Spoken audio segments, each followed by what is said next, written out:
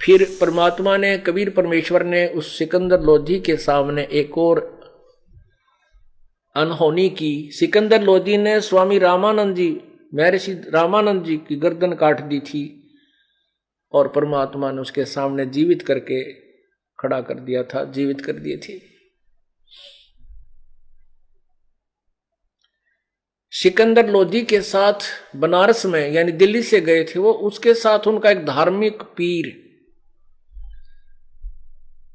शेख तकी भी साथ था।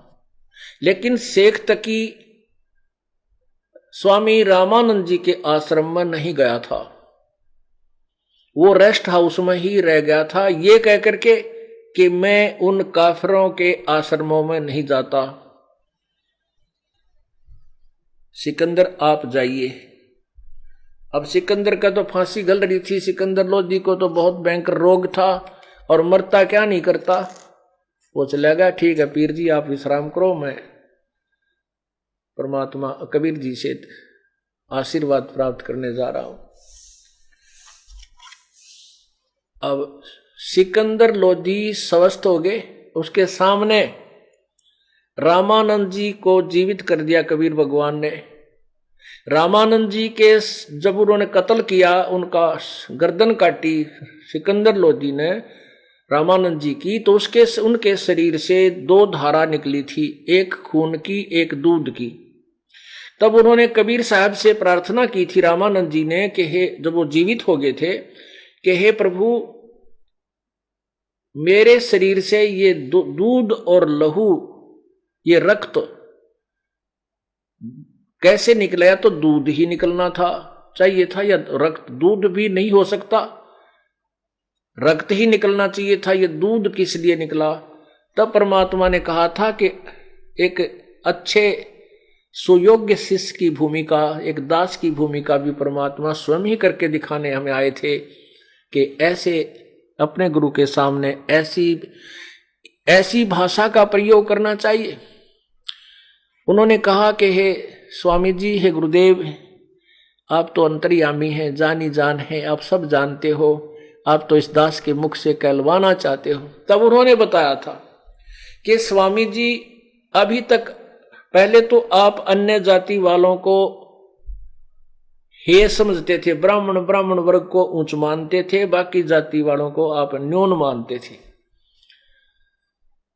वो तो आपने दया कर दी, इस दास को शरण में ले लिया, और रविदास जी और उस समय तक कई, जैसे पीपा जी राजपूत था राजा, वो भी शरण में आ गया था, ऐसे कई ले लिए थे। लेकिन परमात्मा, हे गुरुवर, अभी तक आप मुसलमानों को बुरा समझते हो, नीच समझते हो, हे समझते हो। हे प्रभु, हे स्वामी जी, ऊंच नीच कोई जाति या धर्म से, समुदाय से नहीं होता। ऊंच नीच इस विध है लोई, कर्म को कर्म कावे दोई। ना तो सारे हिंदू अच्छे और ना सारे मुसलमान उच्च।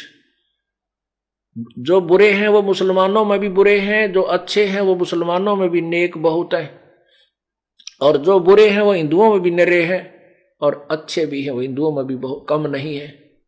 ब्राह्मण भी इतने नीच हैं कि कसाई भी ना हो सकता, और केवल जाति या मजहब से जीव ऊंचा नहीं होता, उसके कर्म ऊंचे और नीचे होते हैं।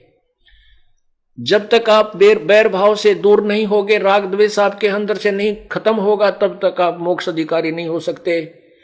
इसलिए आपके शरीर, आप आद्य सुपात्र हुए हो, पूर्ण सुपात्र नहीं हुए हो। जिसने भगवान चाहिए, जब उस ऐसे महापुरुष ने जाति का झंडा भी पाट दिया, एक धानक को सीने से लगा लिया था, अब फिर दूसरी चोट मार कर परमात्मा ने सीधे कर दिए। मुसलमानों को भी वो अपनी प्यारी आत्मा समझने लगा, और सिकंदर लोधी को सीने से लगाकर कहा, बेटा माफ कर दे मुझको, मेरे से बहुत भूल हुई थी।